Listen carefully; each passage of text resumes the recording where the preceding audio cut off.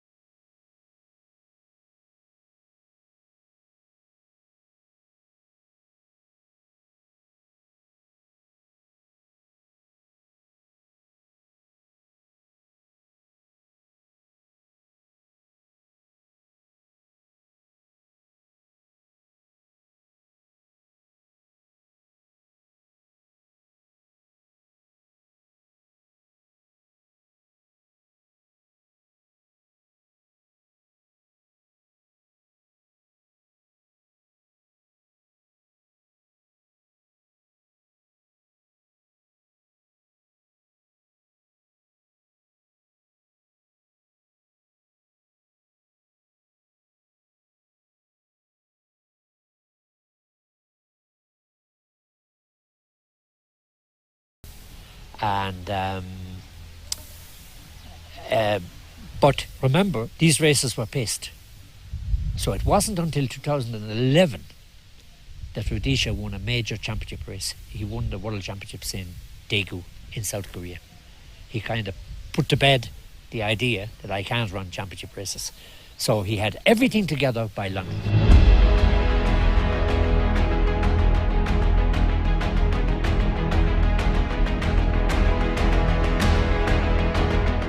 That year, 2009, I ended up breaking the Africa record, which from Samikos K, which stood for over 23 years.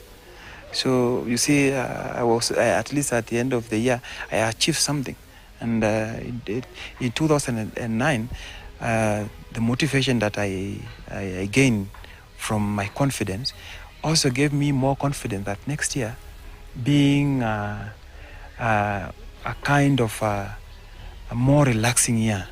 You know, we don't have any major championship in, in 2010. We sat down with my coach at the end of the season and we discussed. And we say, next year we want to go for fast races. We want to, that is maybe only our inner secret. That I want even to try the world record. But we never made it public because, sometimes when you give a lot of information outside there to the public and maybe you don't meet those expectations, sometimes it might just affect you. But 2012 will forever remain etched in his memory. He was preparing for the race of his life, and others even doubted Rudisha's quest for a world record. The question many are asking is, can he sustain this performance as we look to the Worlds and Olympics? There was also a belief in the media around that time, Rudisha, you're able to win pace races. He had a pacemaker called Sami Tanguy. Rudisha can't win championship races. He's not able to go it alone, when it comes to it and when it comes to the crunch. And saving the last for the fastest, world champion and world record holder in 800 meters, David Lekuta Rudisha, did not break a sweat winning his race with Timothy Kitum and Anthony Chemut grabbing a ticket each to the games. Nothing is easy, and this is being part of my preparation, and I've really worked hard and I've trained hard, and I'm in a good shape, and that's why you're seeing this performance look easy, but it's take a lot to be in that position. I was the world champion because I won in Daegu the previous year, and I was the world record holder in 800 meters. And that year I was the world leading time. So every focus was on David Rudisha.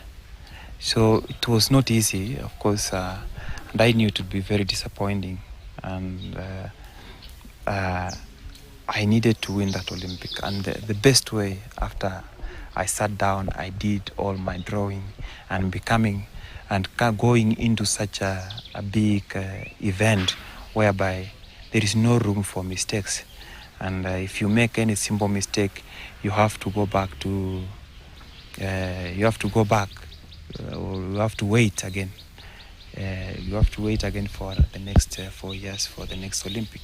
After 2 vigorous and rigorous days of Olympic trials, Team Kenya has finally been selected and unveiled. 2012 London Olympics, according to the organizers, will see a revamped Kenyan team and a team that is out to make history.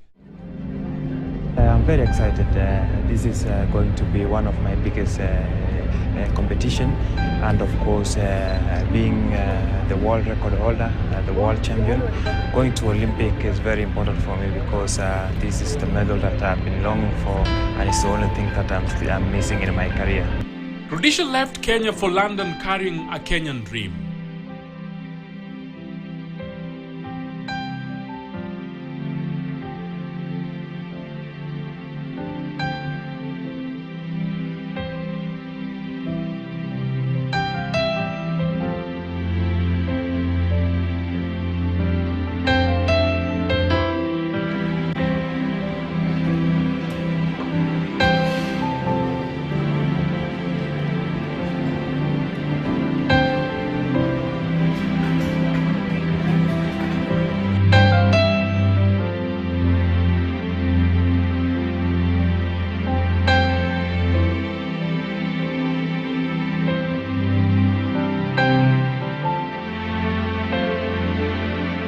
David Rudisha.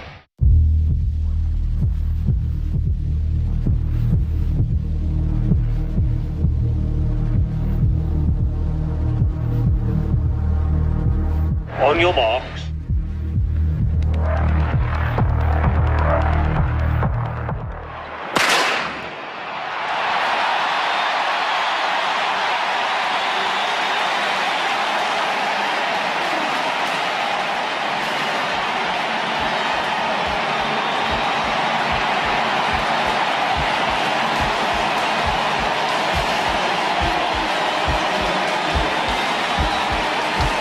That was a very, very important race.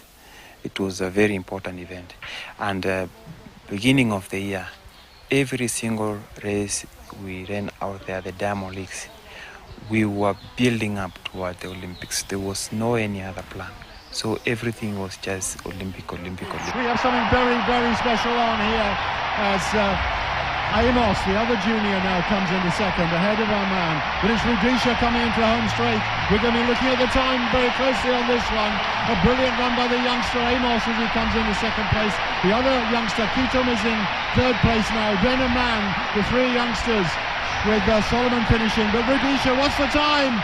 It's a world record! A world record here in London at the Olympic Games.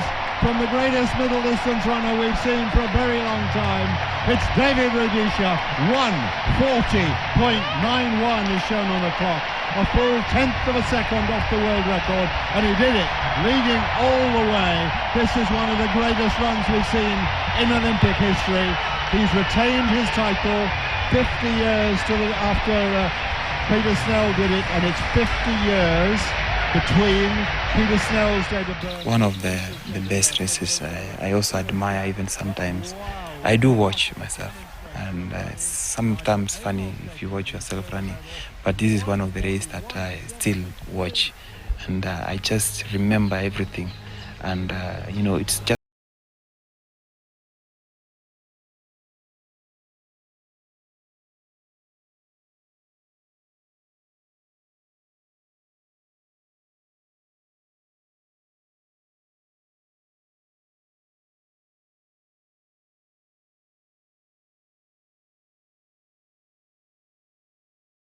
according to my plan 141, because that is exactly what I wanted to do. I wanted to do 141, but running 140 was also was impressive, and sometimes it comes as a surprise. One of the great Olympic moments which will go down in the annals and be referred to for years and years to come. This man is the best.